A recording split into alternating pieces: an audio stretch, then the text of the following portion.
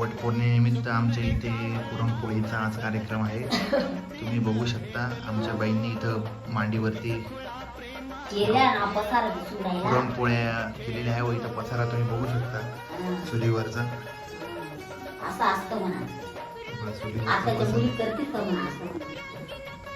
व आताची पिढी अजिबात चुलीवरती स्वयंपाक करू शकत नाही.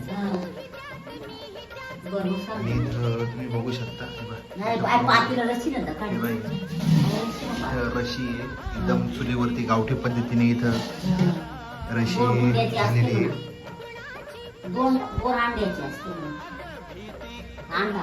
हांड्याची इथं आमचं एकत्र फॅमिली असल्यामुळे